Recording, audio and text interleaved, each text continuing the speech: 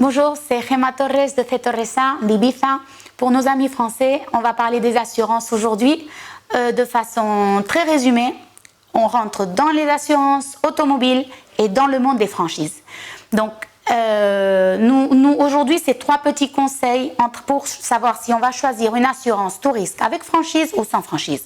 Donc, le premier point important pour tenir en compte, c'est que, bien sûr, faire une assurance tout risque avec franchise va faire diminuer la prime un tout petit peu, parce que c'est un argent qu'en cas de sinistre, en cas de sinistre dommage propre, on va mettre de notre poche et puis la compagnie va compléter. Donc ça, c'est la première partie à tenir en compte. La seconde partie, c'est la philosophie de l'assurance. Particulièrement, je pense que l'assurance est là pour couvrir des dommages grands, c'est-à-dire des pertes importantes.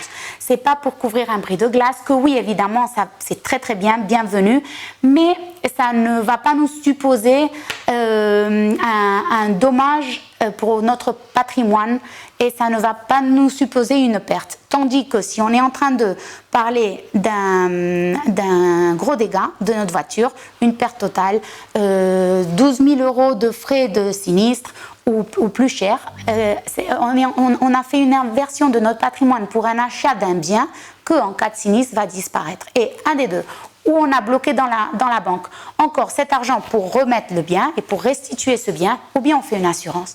Et cette assurance tout risque qu'on fait en cas de sinistre peut avoir la franchise ou pas, et la partie de la franchise est pour payer nous de notre poche une partie petite, insignifiante, que presque tout le monde peut avoir accès à, et que la compagnie prenne en charge la grosse partie du sinistre, qui en fait c'est ce qui est vraiment important.